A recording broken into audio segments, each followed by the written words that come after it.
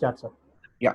Good evening. On behalf of WTC at Bangalore, Kochi, and Chennai, I have pleasure in welcoming all the participants and eminent panelists. Mr. Andrew from UK, Mr. Roger from Spain, Ms. Rebecca from UK, Mr. Spero from South Africa, and my friend Mr. Karnvir Mundrey from Bangalore, who is the founder and chief ideation officer of Atharva Marcom, Mumbai. I also welcome my colleague from Metro Manila World Trade Center, who is participating in this program. Just to give you a brief idea about the World Trade Center, WTCs across the globe act as a catalyst to promote international trade and investment. Its iconic infrastructure like office tower, exhibition center, hotel are the preferred destination to set up office, conducting exhibition and conferences, or stay for the official or pleasure trip. This is the only one global network connecting 320 plus cities across 90 countries. WTC Bangalore is a certified WTC. Our WTC Kochi is also an operational World Trade Center, and our Chennai World Trade Center will be commencing operation by end of September. During this lockdown period, our WTC jointly conducted more than 15 webinars on various topics, such as debate on interpretation of force majeure clause, impact on retail industry, IT-related subjects, material, motivational lectures, branding by eminent personality like Harish Bijur, but a number of programs which were well appreciated by the participants as well as the panelists. With this brief introduction, now I request my friend Mr. Karnvir to moderate this session, panel discussion on future of SME brand in post-COVID era. Mr. Karnvir, please take over.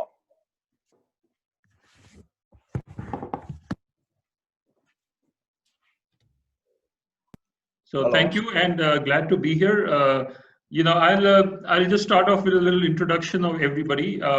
So my name is Karnvir Mundrey, and I'm the Chief Ideation Officer and the founder of a company called Atharva Marcom. And I have worked in a number of different industries. I was head of business in Europe for a technology firm and investment banker at one point of time. I'm also been a lot into branding, and I was at one point of my life, I was also a radio jockey.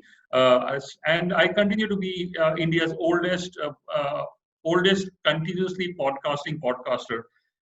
So that is a little bit about me, but of course my company is Atharva Marcom. And joining me in this discussion is, I'll start with Andrew Canter. He's among the leading practitioners in branded content, and he has 30 years of experience working in marketing communications. He's also the global CEO of the BCMA, and he is an honorary professor at the School of Arts and Digital Industries at the University of East London, and the first professor of branded content, and he teaches at the Met Film School. We also have Roger from Spain, who is the founder and director of, I hope I get this right, El Cañonazo Transmedia. It's an award-winning Madrid-based company, and it's specialized in 3 business areas: design of content strategies for brands, the development and production of transmedia formats, and audiovisual multi-platform content production service. They initially launched in 2010 as a digital production house and has expanded into one of Spain's leading transmedia companies. We also have Spero, who is the founder and managing director of Lunch Factory, which is a branded content agency with offices in South Africa, Nigeria, Ghana, Rwanda, and Zambia. He joins us from South Africa. And Launch Factory specializes in bespoke long format content targeted to the mass market that cannot afford to consume content via mobile devices. He was also a committee member on some of the best awards, the Loeries, the South Africa's premier advertising awards, and he's also the chairman and He's also the board member of the Advertising and Communications Association of South Africa, chairman of the Experimental Association of South Africa, and chairman of the South African Chamber of the BCMA. And we have Rebecca, who is a business leader, and she comes with almost 20 years of experience in the digital marketing sector, 12 years which have been in the branded content space. She has held senior positions with Outbrain, The Drum, and recently Codec. And those who don't know, these are some of the best branding and branded content organizations in the world, especially The Drum. In addition to content marketing, she is also a real passion for disruptive technologies that has the potential to supercharge it. So today, I really want to, talk about solutions for the SME, the small and medium industries, and I think that is something which is really going to be useful in this era of the corona and the new economic regime that we see coming in. And I want to, start with a little story that happened to me in the last few weeks during the corona time. And basically, a few weeks ago, I got a message. I think it was LinkedIn or on some platform that there was a pharma company that wanted to speak to us, and the email read, "We would like to understand how we could work better and do better public relations."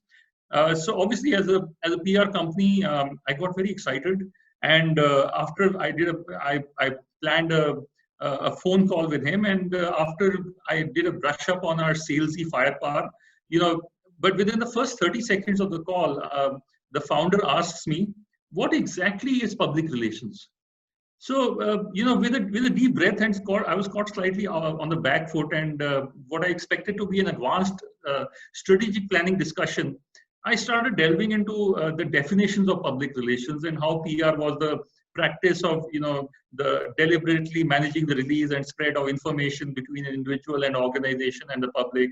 And I also stressed on how public relations and publicity differ. So, but obviously I was getting nowhere, and I tried to explain to him the difference between paid and unpaid media, but he won't get it. He told me very clearly, he said, "Look, we have already created a novel coronavirus vaccine, and countries are lining up to buy it from us. We don't need public relations." So I said, well, I really think that's not true, because, I was just wondering that, and he asked me that, do you have any pharma contacts around the world? That was his only interest. So suddenly my cash and all the strategy was all dumped. So I began to try to make him understand how a coronavirus vaccine would not be novel in a few months, and having a strong brand would be their only lifebuoy to be overrun, to avoid being overrun when the bulls of pharma started moving.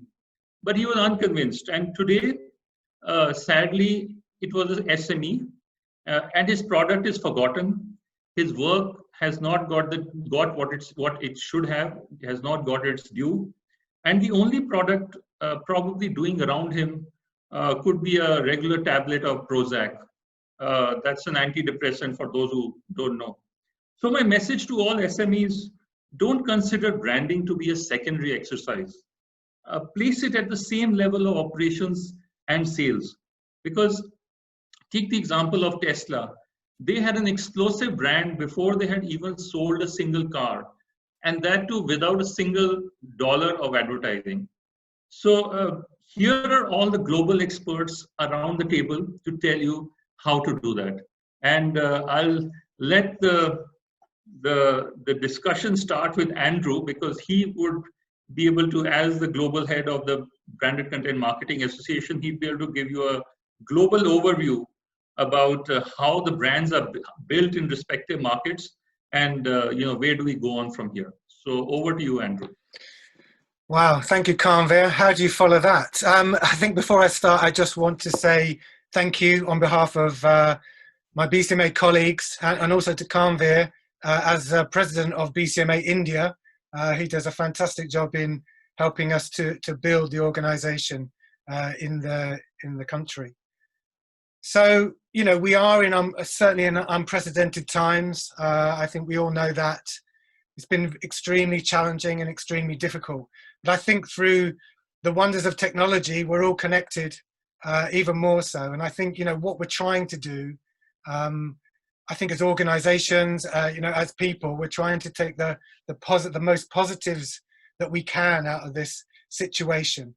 And I think brands and small or large, you know, whatever brands you are, really, this is a really good opportunity to recalibrate, to really rethink about the way that you've operated for however many years. You know, there's lots of startup brands, there's lots of heritage brands, but I think we've all got to really look at the way that our businesses have been developed and how they're going to develop in the new normal as we get out of this situation and go forward. But I think really where we always talk to members and talk to our clients and brands and advertisers is to say, you know, what problem are you trying to solve? You know, Karnvir was talking about his potential client that has a great product that he wanted to get out there and thinks, you know, he's going to solve all our problems. He may well have done, or he may will do, but, you know, what problem are we trying to solve? But the only way to do that is through research, is through actually listening to what our customers and consumers want. But I think once we've got that information, it's about building a strategy. You know, in my role as the global CEO of the Branded Content Marketing Association, I see lots and lots of amazing content, thousands of examples of great content. When you start drilling down and saying, well, that's really great, but what are you actually trying to do with it? What problem are you solving? And then you get into the whole world of where you actually going to show this? How are you going to reach your audience? You know, we've got to start, I think, with the basics, because, you know, the world of social media really has turned everyone's world upside down. You know, no one wants to be interrupted by advertising anymore. So brands really have a role to inform, to entertain, and engage us.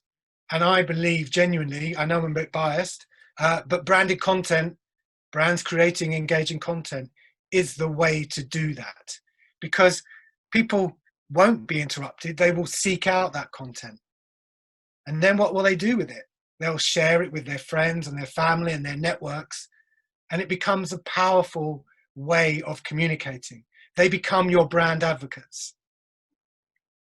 So, you know, there's lots of great discussion to have, and I'm so delighted that we've got our network together to share their views. But I also want to talk about the world that is developing really quickly in the UK and many markets, is the world of influencer marketing as well, where brands have really thought about, you know, getting involved with these influencers that have a massive, massive audience. But, you know, there are some issues there and some challenges. You know, you've got to find people that are genuinely, I think, interested in your brand. And really, you know, that is a really, you know, important point. You know, someone, you know, you have to be authentic. You know, we all love a great story, but it has to be truthful. It has to have honesty. And I think there's some really great examples, and I think we'll get on to talk about those as we move through the panel. But I think I just want to end, you know, in terms of saying that, you know, I think it's about working in collaboration. I think it's about working with our partners, because I always say you can't do everything on your own. And I think really, you know, when you look at the opportunities we have to work with all these amazing partners, and look at the platforms, look at the publishers, you know, they understand their audience better than anyone else. So what better way to help you with your brand and to get it out to the right people in working in partnership with those amazing media owners and publishers, and even influencers, once you really understand what they're doing. So I'll stop there, and then we'll bring in some more views. Back to you, Karnvir.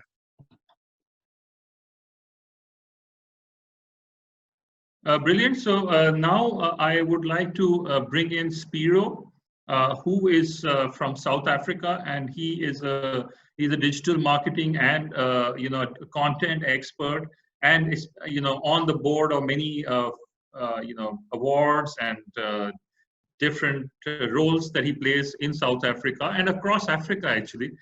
So Spero, the floor is yours to tell us how should an SME move in this phase, in this area of branding. Thank you, Canter, and good evening, everybody.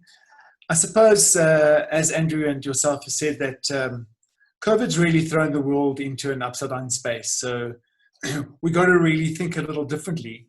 And I suppose the first thing for an SME, and we're an SME in South Africa, is we've got to say to ourselves, let's just look at what we have to do, our immediate steps. So we need to save our businesses. We know that businesses are closed. There might not be a lot of marketing happening, which means that the branded content guys are also being affected. But how are we going to immediately save our business? Then how are we going to survive in the future? What does the future look like? And from there, once we've gotten through those two steps, I think the next step that we can do is we can then place a strategy on how we're going to grow. And as Andrew said, it's very important to say, what problem are we solving?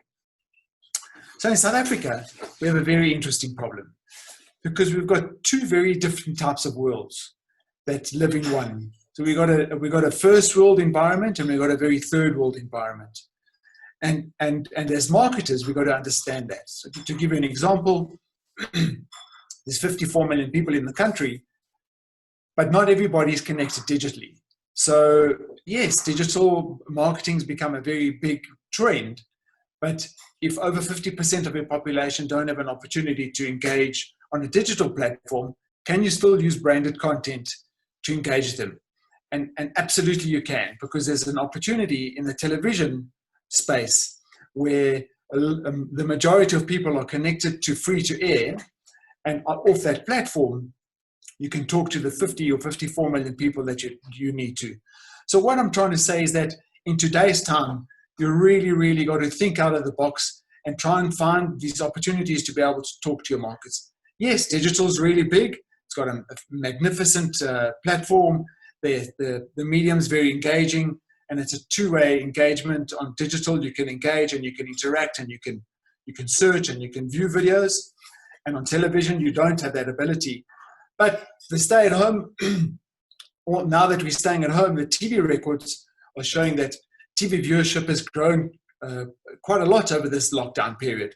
So it gives television another boost over the digital environment. And you can't use one in isolation.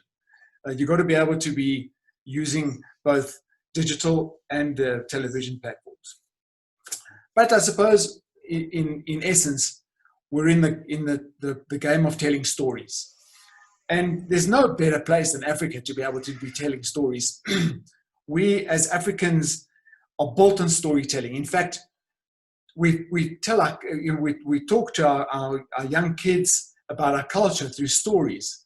And so the storytelling platform is a fantastic platform to be able to, for brands to be able to leverage, to be able to engage their consumers. Because we're all about beautiful stories. And I suppose the beauty of branded content is it gives you the ability to engage your consumers by telling them stories. And I suppose that's the opportunity for us in South Africa. Canter, thank you. No, that's so true, because I must say one of the most commonly forwarded WhatsApps in India, and in India WhatsApp is quite big, is this whole story of Africa and the concept of Ubuntu.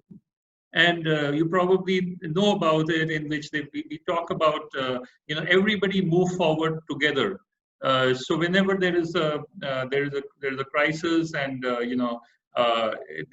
this forward starts floating around about Africa and the whole story about the children. And I mean, if you Google it, I'm sure you would get a better explanation. But basically, it's about how children they seek to achieve their goals by moving together, and doing it together.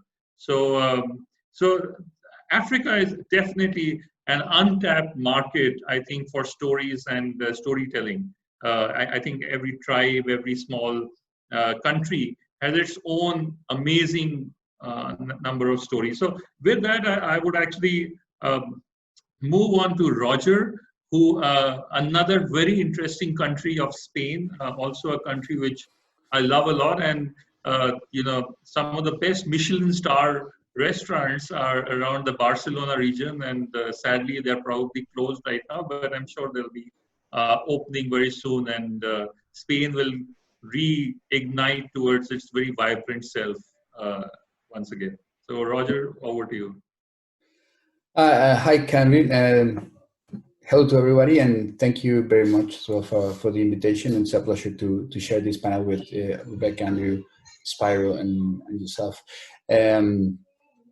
Well, here in Spain, okay, my opinion is that in Spain we are reaching this maturity stage of how we conceiving the use that we give to branded content in terms of brand building. Yet there's still work to do, and also my analysis is that all this COVID-19 crisis has been like a big particle accelerator for a lot of things that were about to happen or were in the ways of happening. And this crisis has just accelerated all those processes. And I think one of these processes that has been accelerated is also the use and the focus how to use the branded content as a tool. I go back to the first days of the crisis, where a lot of brands and a lot of marketing departments were like blocked, mentally blocked, and freeze in the way that, okay, so we have a health crisis and we have people locked down at their places. We cannot go and show them ads to, oh, buy a car or go to a vacation to this or that place. It was nonsense. In fact, we had this conversation like a week into the lockdown, and we're talking about like all the messages and media were like completely out of context of what we were living. The comment was like, what we are watching on TV or what we're watching on the web is like messages that coming from another planet. So in those terms, the world changed super fast in just a few days.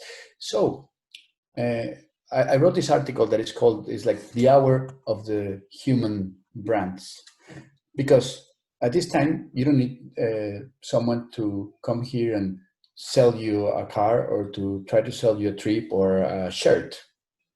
You need someone to let you know that you're okay, that try to help you. Are you okay? What can I do for you? The same as Andrew was telling before.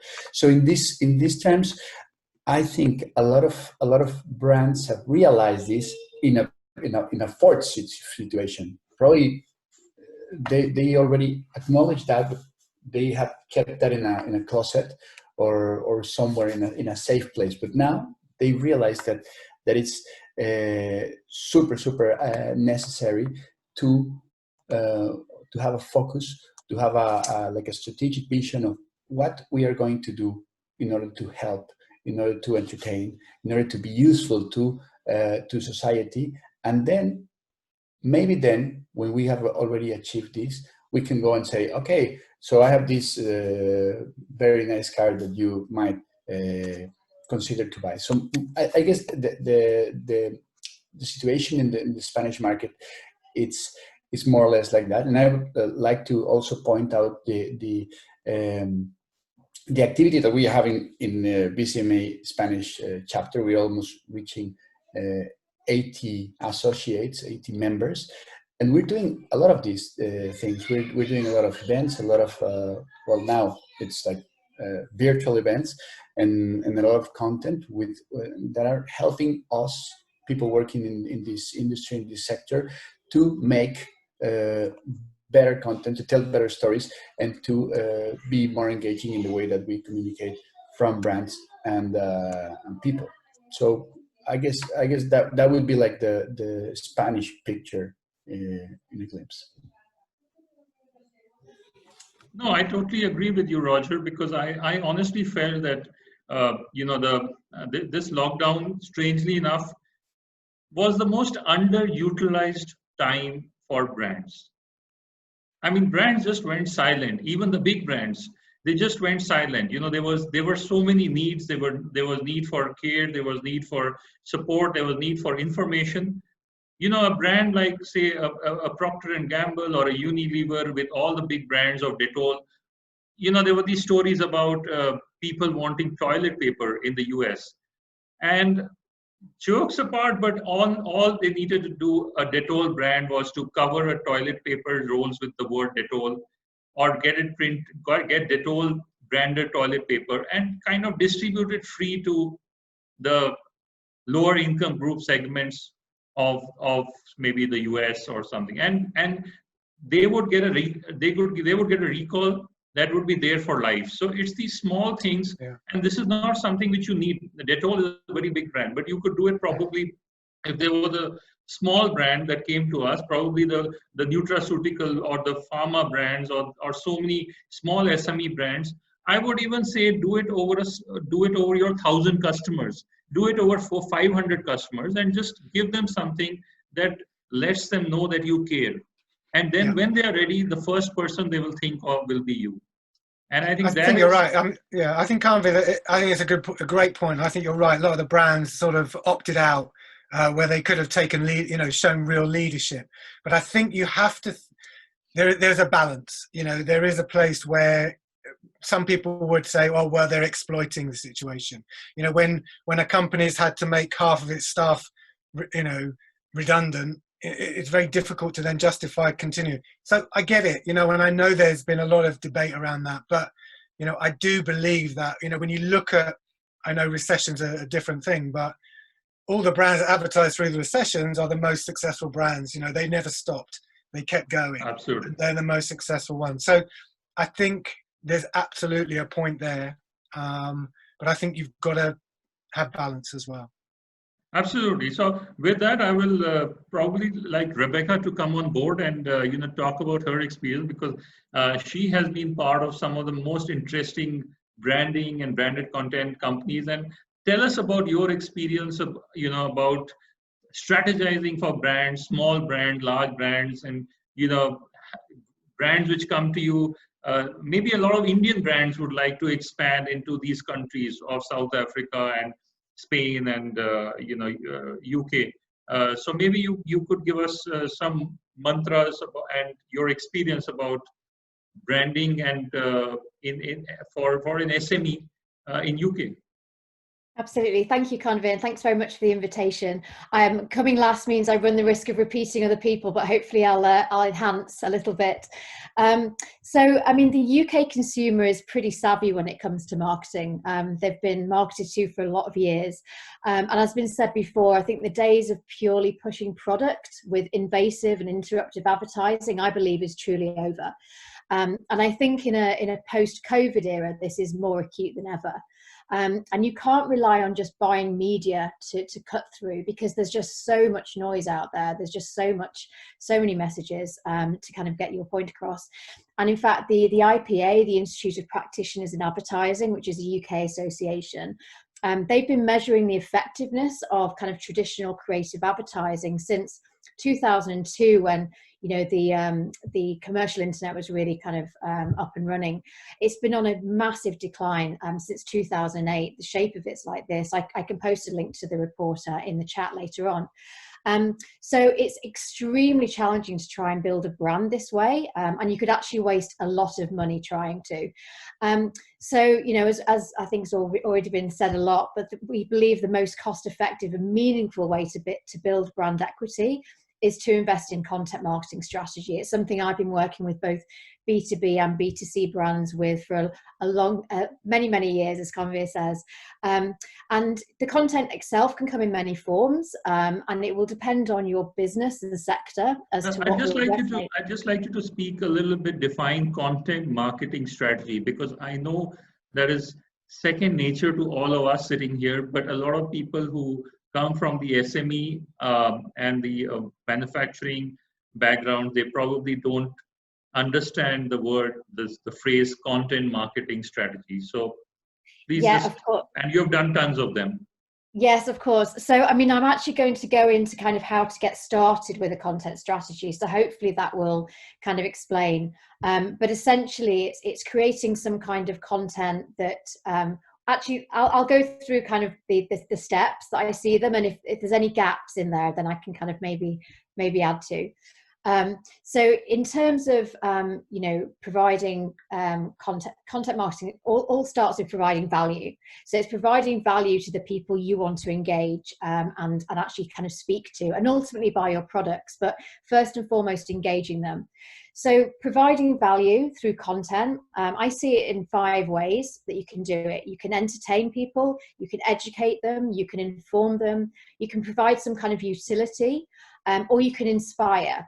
And in an ideal world, you'll try and do more than one of those things at once. But you know, any one of those is a great start. But the main thing here is giving value to people and engaging them on a human level. Because even if you're selling business to business, you're still talking to people. And so building a brand is also about building trust and a relationship with your intended audience. So I have a few tips for getting started, you know, if you've not embarked in content marketing before. Firstly, you want to identify the areas in which your brand has a right to speak. So it aligns to what you stand for as a business, and of course, what service or product you provide. And then you'd like to kind of create content pillars that are based on your values and your subject areas of expertise. And then, of course, you want to think about your intended audience as well, and what their content needs could be that you could usefully serve. Then you want to start to create a calendar of content. Important thing here to say is don't try and do too much at once. You want to do it with a frequency you're able to maintain. So don't make the mistake of starting off with lots of content and have it tail off. You want to build a regular cadence and kind of keep it up in order to build brand. So then you might want to think about the formats that are most appropriate for you. So do you want to start with a written blog or an ebook? Is it video or webinars such as we're on today? And then research what's going to resonate best with your target audience and what else they're engaging with. Podcasts, for example, Karnvir, I know you're a fan of these. They're enjoying a real resurgence at the moment. They're fantastically engaging, they're very personal and very direct. And so it's worth considering this format. So we have 7.1 million people. You know, I'd like to interrupt you again and, you know, just define podcasts for us, because you don't imagine it's really popular around the world, but a lot of people still don't know how do you use them. In maybe a 2-minute, if you could just define your perspective or podcasts. Yeah, so podcasts are audio events that are available on demand. So generally, the people who run podcasts will do them as series and find a niche or a subject area that they're experts in, and they can run any of those golden rules of content marketing. They can be very much focused on entertainment or information or education, but the idea is that it's a specialist subject which has a particular interest for a group of people. And what you can do with that is you can build an online community of people that are all kind of connected by this interest and passion. You know, it could be a podcast about content marketing. It could be about football. It could be much more business orientated about how to succeed in social media. But the idea is you have an area of expertise. You create a series. People subscribe to this, so you're able to build an audience over time and kind of see what really kind of resonates with them. Is that an okay summary? Yeah. So yeah, we've got, I mean, it's in the UK, podcast consumption is up 24% year on year this year. So, and the last thing I'd say, I don't want to hog too much this time, is find out, you know, where your target audience hang out. So what media sites, social media, etc. And then you can start to plan a distribution strategy based on the most appropriate channels. So, you know, 65% of the UK population is on Facebook, 40% on Instagram, 24% are on Twitter. We're actually the 4th biggest user of Twitter in the world, so worth considering that. But if your business is B2B, it's worth noting that 50% of all traffic to B2B sites comes from LinkedIn. So I would say definitely have a strategy there as well. I'm going to leave it there because I know I've spoken longer than 5 minutes, but thank you. That's us from the UK for now. Great. So, you know, one of the things that I think are really important to everyone over here is you have companies who are in listening to us, who are probably, you know, $10 million, $50 million, $100 million companies.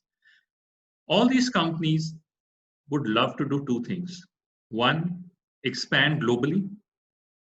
And second, expand globally on a budget. If they had all the budget in the world, I'm sure they would have no problem in, or you know, doing the best. But what I know from my experience of being a brand strategist, being a content marketer, being a branded content marketer, is that you can turn $10 into literally 10,000 just by using the right content strategy. I mean, I know this case, which was by my good friend in Bulgaria or Hungary, where they were trying to sell a torch. And this torch was, they literally had 5,000 euros as a budget for their marketing or their branding experience. So they came to my friend, and the first thing in branded content or in content marketing or in branding is to really go very deep into the product. And she really went deep into the product to find out something unique. I mean, this is a damn torch. What can you do with a torch? You know, it can light up. You can use it on camping trips or things like that. But she found out that the one thing that was special about this torch is that you couldn't break it. It was literally indestructible. So what they did was they ran a campaign over Twitter, which said, take a video of you breaking the torch and you get a prize. So you get people sending in millions of videos about trying to run it over with, you know, bulldozers under their car, throwing it from, you know, many stories high. And they got, you know, Twitter impressions in the millions. Some 5 million Twitter impressions. They got coverage over ABC, NBC, you know, Fox News. Everybody trying to break a torch in their most creative way possible. So I think that is really, I mean, there are hundreds of examples which I could think of, which would be interesting for, you know, the companies over here, the nutraceutical companies, the pharma company, the SME companies, where budgets are low, but ambitions are high, and it's possible to get them using branding and content marketing. So I would really like to talk to Spero, who you know, who has done in very interesting work, especially in video, and let him tell us about, you know, the techniques that he has really experienced. And if somebody came to him and wanted to know how, in a lesser budget, in a smaller budget, how could they become a brand? What suggestion would Spero give him? Okay, so I think that, you know, the one thing we've got to try and achieve is to be able to stand out from your competitor. So standing out from your competitor, and specifically when some of the bigger brands have got much bigger budgets, is a fantastic opportunity to create that PR and that awareness that you need to get. So I think that the position that we're in currently with COVID, and specifically being on the African continent, I think that brands need to start thinking deeper about their purpose. They need to have a much deeper purpose. And I see one of the participants chatted about that in the comments. You know, it's not just, I think brands need to have purpose over profit. And we're not saying that brands mustn't make money. We absolutely are saying that they must, but there's a fine opportunity for them to be able to think further than that. Think about the community, think about what your product does, but think about the community that you're servicing to be able to stand out from your competitor. And that's some of the work that so I'm going to show you an example. Remember I said to you that in Africa, we have rich storytelling roots. So if we really want to be able to storytell, that's the area that we believe that you can be playing in. So I said a little bit earlier that Africa has a very, very high mobile penetration. So we've got a billion people that are connected to some sort of mobile device. The flip side of that is that if you look at the graphs, there are only 34% of those people have got internet activity. So yes, you can, it's fairly obvious that you can want to run a mobile campaign or an interactive campaign, but I think there's a better opportunity for us to run campaigns, video campaigns on the national broadcaster. It's cheaper, broadcasters are looking for content, and you get a much, much bigger penetration. So I'm going to talk about Airtel, because I know that Airtel has its roots in India, and it's got about 15 or 16 different offices in and across Africa. And Airtel is a mobile brand. And of course, what differentiates one mobile brand from another is they all give you connectivity, and maybe one gives you a little bit of a cheaper price. But to really differentiate Airtel from the other competitors, they said to themselves, we really want to be able to touch the communities that we work in. And a lot of the countries that they work in are really, really poor. And they didn't have a big budget. So what they said is, let's create a project where we can go in and give something back. So Airtel's purpose is bigger than just making profits. They really want to be able to build their community. They want to build the people in the countries that they work in, and say, you know what, we really care about our customers, and not just the customers that buy airtime from us. We care about the customers in this country, because if we can grow this country, we can really build our business off that base. And so what they've done is they've said, we really care, and we're going to touch people's lives. And what they run is they run a video campaign on national television where they actually do that. And I'll show you a very, very short clip of what that looks like. If you are showing kindness to somebody and you're expecting something in return, you're doing business and not kindness. At Airtel, we show kindness. The Aino family lost 3 children in a house fire. What about my children? Where are my children? Airtel Touching Lives built them a new house. The poverty in the larger community was unbearable. They had no access to clean running water. Airtel installed an industrial borehole for them. Onyeka lost his leg in an accident. We gave him a prosthetic leg. The women of the Mbashe community walked for miles to fetch water. We gave them access to clean running water. These communities' survival depend on the help of Airtel Touching Lives. Send your nominations to 367. Nominate someone today. Airtel, the smartphone network. So as Rebecca was saying, that we've got to build up an audience. What we've done is we've created a really, really fantastic audience around a story about a story. And the stories are about the people in the community, what they lack, and how the brand can really build up those people in those communities and get them back onto their feet. And so we've got about a viewership in various countries ranging from about 30 million viewers to about 7 million viewers, depending on which country we're playing. And the big thing is that there's a lot of press that's associated to it. So there's a lot of free advertising. Not only is there a paid advertising model, but there's also a model where the press like to know that the brands are doing a lot for the community. And so that creates a lot of news interest, a lot of PR interest around that too. So basically, we say, you need to tell a compelling story. You need to have localized and insightful content. Obviously, traditional media for us remains a very important platform. We're not saying that you need to ignore any of the other platforms, because they're very important. Twitter, and as Karnvir said, WhatsApp in Africa is massive. It really, really is big, because the networks give you free data on, if you buy a SIM card from Airtel, you can WhatsApp between the networks for free.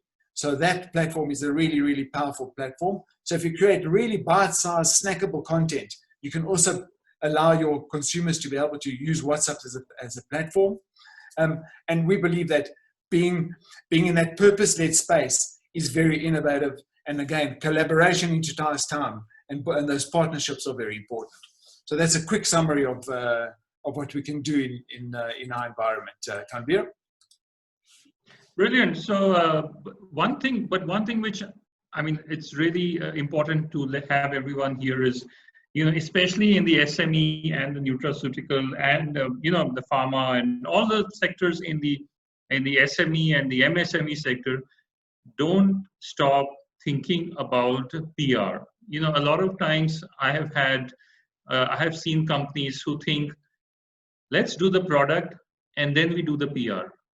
Actually, the interesting thing is to flip that around. Do the PR and then create the product. Because when you do the right PR and the communication, you'll know what the market wants. Sometimes a small red dot on the side of your product is a bigger selling point than the 100 million chip or the $10 million chip that you're putting inside.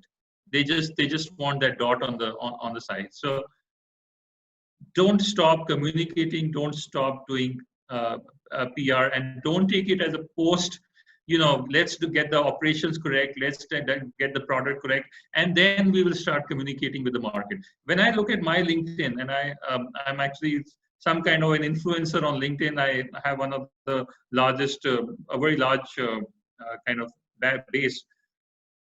I feel sad because I see a lot of SMEs, and this is a secret which I'm letting out here. A lot of SMEs, MSMEs are there on LinkedIn. Very rarely do you see a personal message from them.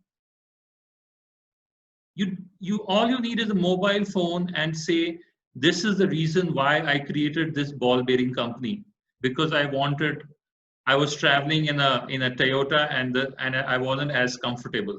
So I decided to create ball bearings that would be more comfortable. A personal from the heart message is all it needs to strike a chord with hundreds of people. But people are either shy or they don't realize how significant it is. I mean, that's a real story which I told you in the beginning. You'll probably remember it. But if I told you some statistics and all that, it would soon be forgotten.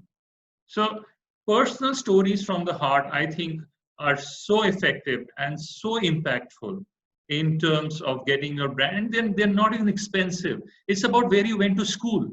It's about the last bench that you sat on and the peanut butter sandwich you ate when the teacher spotted you. That's all. That's all a CEO needs to talk about. So I would like to bring in Rebecca, because she has done some very interesting digital marketing roles. And Rebecca, tell us your take on if a company comes to you, low budget, wants to expand into UK, is an SME, tell us how you'd make them famous. Gosh, that's quite a call. So, I mean, I'd say that when you want to expand into a new market, obviously the UK being no exception, it's first and foremost, you want to start looking really carefully at your target audience to really understand them. As you say, understanding what the market wants is the best place to start. And then you can understand how you can reach, engage, and ultimately serve them in that local market. And one thing I say, thinking about cost effectiveness and speed to market is trying to tap into existing online communities that are already there. So finding out where your audience is living and breathing and interacting and engaging, and really trying to kind of, get a place to that party. So I would say, start off by doing some research into the following. Where do your target audiences hang out online? What formats do they most engage with when they're there? What leaders do they follow? This could be influencers, it could be industry journalists, for example. What social media groups do they belong to? And if it's a business community such as pharma, they will definitely have a home on LinkedIn. There will be and other kind of business forums. There'll be discussion groups they're active in. So I would say listen in to those conversations, find out what they're saying, find out what they care about, and then start joining those conversations. And another route I would say, and this goes back to, I suppose, starting off with PR, but find well-renowned publishers in your sector. So in the UK, I'm sure as everywhere else, but in the UK, there are so many specialist magazines for pretty much anything. And they've got a ready-made active audience that are already engaging with relevant content. So if you've got a great customer story, I would start off by trying to get some PR coverage. And if beyond that, in a more controlled sense, but is paid for, then you can go on to a sponsored piece, which can get you obviously good exposure. And then also many of them actually have now specific branded content divisions where they will have editorial talent who can work with you on producing content that they know will resonate with their audience. It's something that Andrew mentioned earlier. You know, they're the experts in their audience, so they will help you get cut through a lot faster than you might be able to on your own when you haven't got a brand presence in market yet. And I would say that ultimately you want to bring people back to your own media property though, because you want to build up that audience yourself. So always link back to your own site in all places, start an exclusive newsletter, encourage obviously sign up on that wherever you can. And start to build up your own audience this way. Obviously, I would say as soon as you do that, you want to make sure there's enough content on your site to entice people to actually sign up and want to keep coming back. So start off with a bank of some content that's got some good stories, customer stories, and so on, that it will give you kind of credibility. I wanted to share, a couple of examples. I thought I'd have one from the B2B space and one from the B2C, because I don't know exactly who, all the businesses that are engaging right now in this webinar. So I wanted to kind of give a bit of a broad brush. There's a UK insurance firm called Simply Business, and they produce a lot of educational guides for small businesses. And actually, many of them might be useful for you launching into the UK, but it's guides like how to use Facebook for business, or how to use Google AdWords successfully. And they build these on microsites that link back to their site. They promote them on LinkedIn, and then they drive the audience back to their own properties. They've now built over the last 7 years, like hundreds of links and thousands of social interactions that people have shared through business community. And they've got excellent search engine optimization as a result, which obviously is crucial to brand building.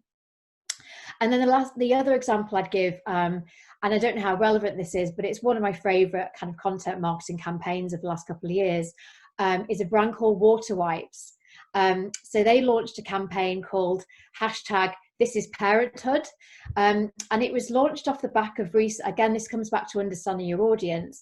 Off the back of research that the picture perfect portrayal of parents that you see in culture and in a lot of advertising was really disempowering parents, with a lot of them feeling like they were failing in their first year because they weren't the perfect pictures they were seeing everywhere. So what Water Wipes did was they followed 86 parents over the first year of parenting. They got them to talk really openly about their experiences, the highs and the lows. And then they created a whole bank of content. So they did a 16-minute documentary, 12 short films, 36 Instagram stories, and lots of photographs depicting real life parenting. And it went viral. There was so much obviously they had social media distribution, but they had all of the content on their site as well. I'll post a link on the chat. It's a fantastic, rich content site. It was a massive hit with parents. As I say, it went viral. It really built their brand, and the campaign itself has won a lot of awards. So just to kind of sum up, I just think, both those examples go back to the golden rules of content marketing. It's about providing value and knowing what your audience wants. So you're informing, you're educating, you're entertaining, or you're inspiring. And I think when you understand what your audience is most likely to engage with, you can start to build out that plan. And that's where I would start.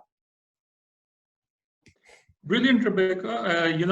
I love the way you focused on entertainment and information, and I think those are the most important things. India has Bollywood is very popular in India, obviously, and we have a very popular actress. Her name is Vidya Balan, and she was in one of her movies was asked, "What's the most important thing in a movie?" And she said 3 things: entertainment, entertainment, entertainment.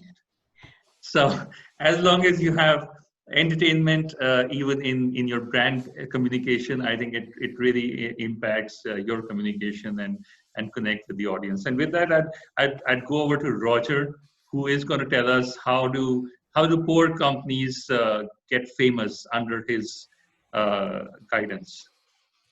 Okay, well, for this, I'm going to tell you a very intimate story. It's mostly about what we've done in the last 100 days in order to overcome this COVID crisis. As you know, well, Cañonazo, as you explained perfectly before, we're a hybrid between a creative studio and a production company, audiovisual production company. So before the lockdown, we started received these emails of projects that were canceled by our clients and our partners because of all the shooting involved in this project. I mean, we weren't able to do all this while the lockdown and the social distancing. So we prepared like our strategy on how to deal with, I mean, with our operative and the things that we need to do to function as an organization, and also how we're going to communicate. So we knew that we needed to be visible. We need to be super transparent to what we are doing and showing how we're going to adapt to this crisis. So like 3 days before the lockdown, we sent this newsletter with all this. No, we're going to do this. We're going to do this. Blah blah blah. We're going to send people to places and stuff. No, and so we sent this newsletter, and I received this email back, this reply from a guy called Luis Quevedo, who's a scientific journalist who's working with us in some projects. And he said, "Oh, great move, this newsletter thing, and remember, use a lot of soap." So I read this mail, and it's like, okay, this guy knows stuff, you know? And so I replied to him, say, "Luis, I think it's an excellent time to do some good scientific-based content, because it was in this moment where we started receiving a lot of from fake news to opinions that you didn't know that were, you know, have a real substance or a real scientific base on it." So I thought this is a great time to make some real scientific content. It's necessary. Any idea of what we can talk about? And so he replies to me another email with 7 ideas of things that were not clear and things that were into the conversation in those days. And I said, okay, do you think we can develop short scripts for this? Yes. We can shoot this in a very short time? Yes. So 4 days later, we had 7 one-minute clips of a show that was called Stop the Curve, with this practical advice on what to do, like washing your hands or cleaning your phone and stuff. Okay, so it went well. We distributed to our own channels, and it worked quite well. Like 5 days later, we received a call from the national TV station, Radio Televisión Española, like the BBC, like Spanish BBC.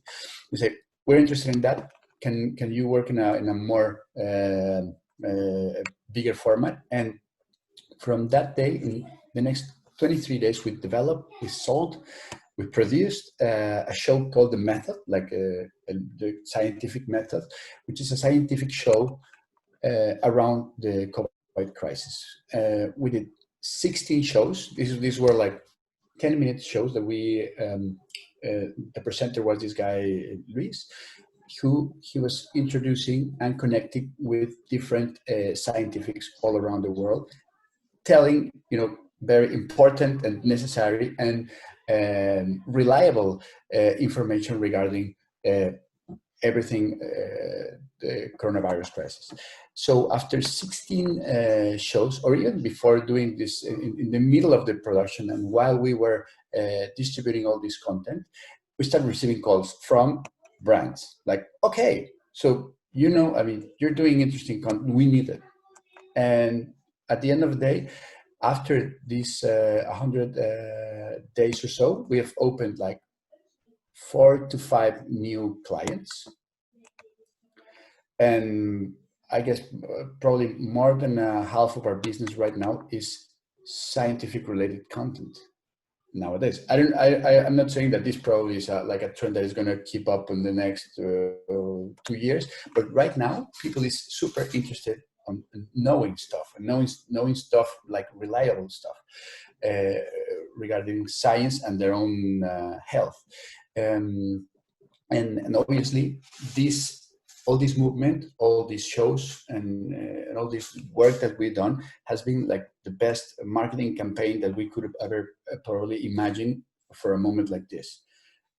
So we not only like survived the moment, but we have overcome with a great success and even new business in the probably most difficult time to do it. Wow.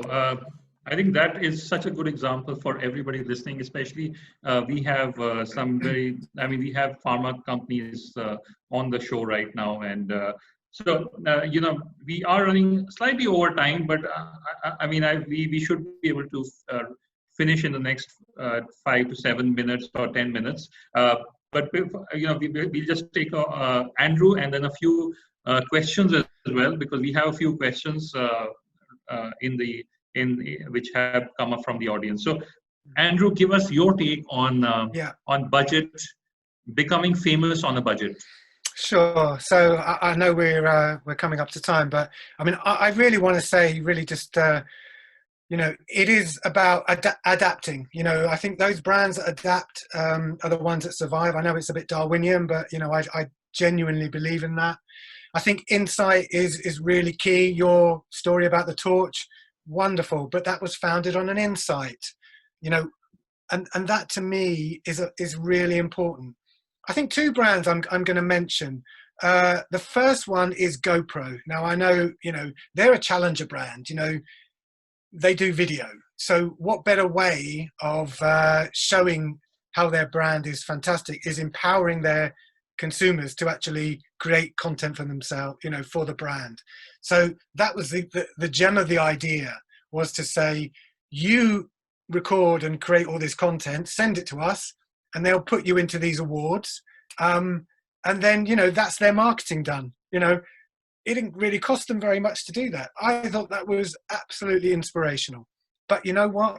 It allowed them to capture data as well. We haven't really talked about that, but data, as everyone knows, is the new oil. And what Rebecca was saying was so fantastic, because it was creating data, and it was quality data. So that's my first example of GoPro, and I'll send you a link and show you the content. But they're now doing so much brilliant content.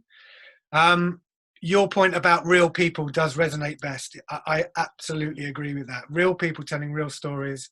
The water wipes, yes, it was a Grand Prix award as well. So, it is absolutely on the money. But I also want to talk a little bit about the disruptors. I think we haven't really talked about brands that disrupt. And one of my favorite in the recent times is the Dollar Shave Club. They're really trying to break down those Gillette barriers to market. And, there's so many more now Me Too brands coming in. But, look at that example of how they've done it. They've done it through really irreverent, quirky content. It's not everyone's taste, but what they did is they identified who they wanted to talk to, and they were spot on in terms of creating that content that resonated so brilliantly. And, I think if you look at the numbers now, they're probably one of the most successful brands in that category, and will continue to be. So again, I'll post a link to that. But I think really, the watchword for me is about authenticity. I know Spero talked a lot about purpose. I think that Airtel example is brilliant. It's wonderful. But because it's authentic, it has power. You can't pretend you've got purpose. You can't do all this. We're very, we're environmental. Well, no, you're not. You're just greenwashing. So you've got to be really clear in that. Look at a brand like Patagonia. They produce fantastic content. 1.5 hour films that on general release about the fishing industry, because they're passionate about it. That's driven right throughout the organization. And I think, for an SME, for a business, it's got to go right through the organization. It's got to come from the top down, and it's got to come from the bottom up. And I think once you've got all that in place, you're all in the same place. And I think that is really the way that brands and businesses are going to win out. No, absolutely. I think that's so insightful. In fact, one of my very good friends has come out with a book in UK called How to Be Insightful. I think Andrew, you know the gentleman.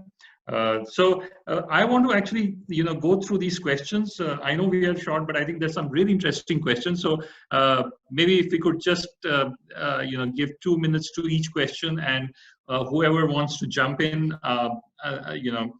can. The first question is from Thima Vidyasagar, who asks that how do you build a brand for a startup firm called Immunocandy, which is a nutraceutical brand to build immunity against all viruses. I think very topical, this thing. Andrew, go for it. Yeah, go and talk to Roger.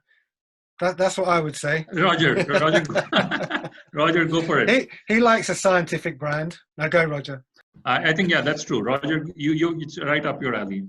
Abby, to be super quick and brief about this, I guess in these ways, currently the most basic or starting point to do is telling exactly how you work. I mean, because if you're a scientific or a medical product, people want to know what's behind that product and what is I mean, the way you do it, and if it works, what is it based on and stuff. So I guess that describing the processes is a simple way to start communicating and telling what is around your product, but at the same time by the means of your brand.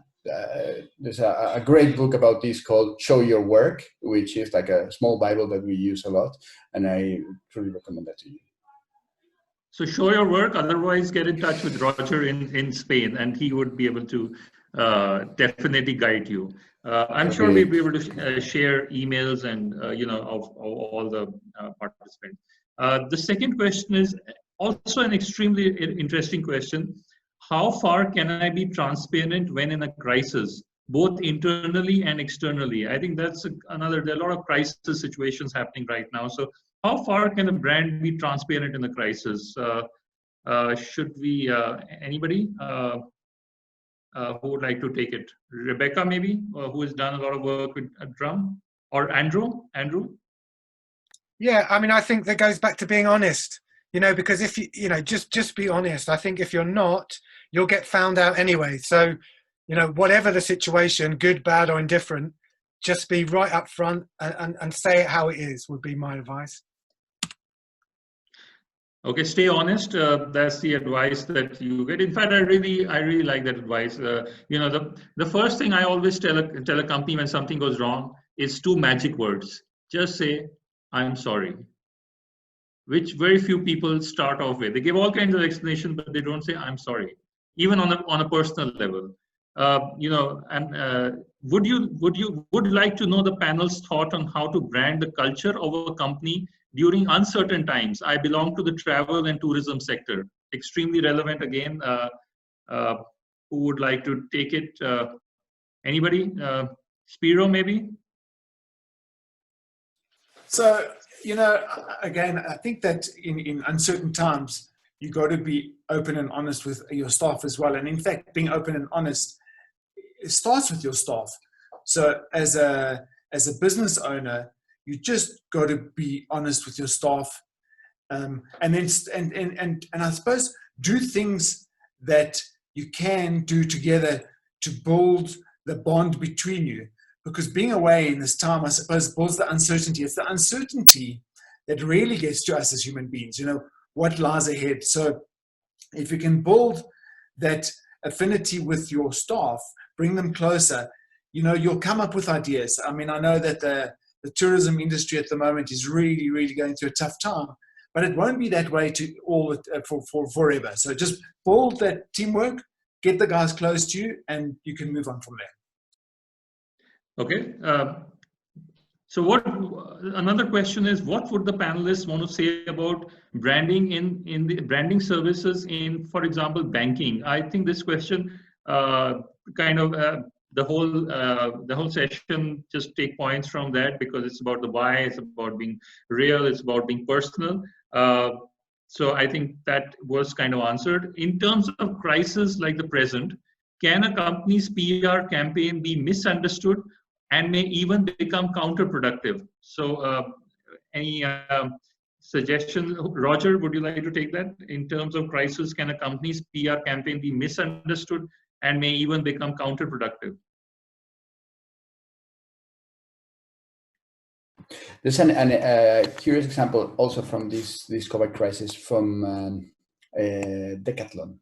Here in Spain, there were these masks that they were using for diving, for snorkeling. They're starting using these masks in hospitals as ventilators, and so Decathlon started like donating these masks, but not telling anyone. And I have a friend of mine who works there, and I said, "Why didn't you tell it?" He said, "No, because we don't want to take advantage of this." And I think that's a quite elegant and decent approach. Okay, they donated the stuff, but if the doctors want to take pictures and upload it to their social networks, that's okay with us, but we don't want to tell. What happened then is that people started saying, because a lot of companies were doing stuff and telling them, so people started criticizing them in social networks, as like saying, Decathlon is doing nothing, They even created like a campaign of stop shopping at Decathlon because they're doing nothing when they were doing that. And so they released this press release, a very discreet thing, like, okay, we're doing something. But this negative campaign kept going. And so at the end they say, okay, we need to go full out, like telling, okay, we're doing all this stuff, very good stuff, and no one is recognizing it. So but it wasn't like okay, taking consideration that we were doing it. It was late because the damage was done, and so the recommendation in that case is, yes, you can be decent and elegant, but sometimes you need to tell what you're doing. Just showing what you're doing and with a purpose and an intention in a very difficult time. I don't know if that's brilliant. So there are a lot of more questions, but unfortunately we have run out of time. But the good thing for everyone, all the listeners over here, is that this is going to be a series, and we are coming back with another set of global experts in 15 days, end of June. So if you, on the same topic about how do you build an SME brand on a budget. So all of you can, anybody who is listening, we are going to bring in people from the US, from, Germany, and three or four more great global experts. And this is going to be a series. So all of you listening, could, log in again, and your questions will definitely get answered over there in the next session. So with that, I actually hand it over to, thank you all for listening in. Thank you so much to the panelists who have taken out their time and from all over the world. And we actually managed, congratulations to all of you, because we managed to plan the time. We actually had to do a lot of calculation. It's 6 o'clock in India. What are the time in Spain? What's the time in South Africa? What's the time in UK? So it all went well.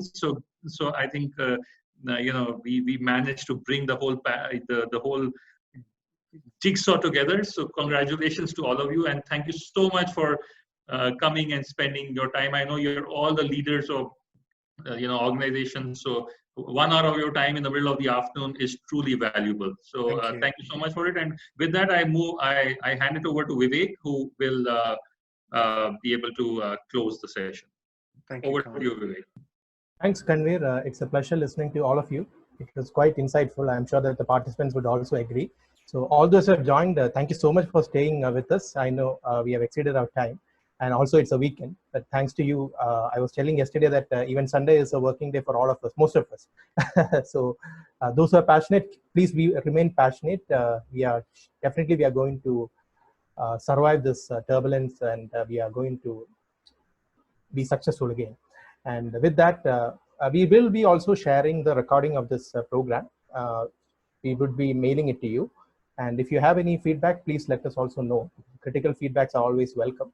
And as Karnvir said, we would be organizing a second session in the series on branding, on content branding. And we will be letting you also know when that happens. Maybe in another 2-3 weeks time. Yeah, we will be ready with that. So thanks to you, Karnvir, especially for putting all these things together. Thanks to Spero, Roger, Rebecca, Andrew. It was really nice to have you all, and let's stay in touch. And with that, let me close for today. All of you, you have a wonderful evening. Happy weekend. Bye. Bye, everyone. Bye. Thank you very much. Thank you, guys. Brilliant. Really good. Nice to meet you, Roger, at last. Nice to meet you too. Thank you, Rebecca. I think that was really great. Really great. Roger, I will need to catch up with you on a couple of things, so I'll get in touch next week, okay? Cool. Have a lovely weekend, guys. Thank you. Take care. Bye. Bye.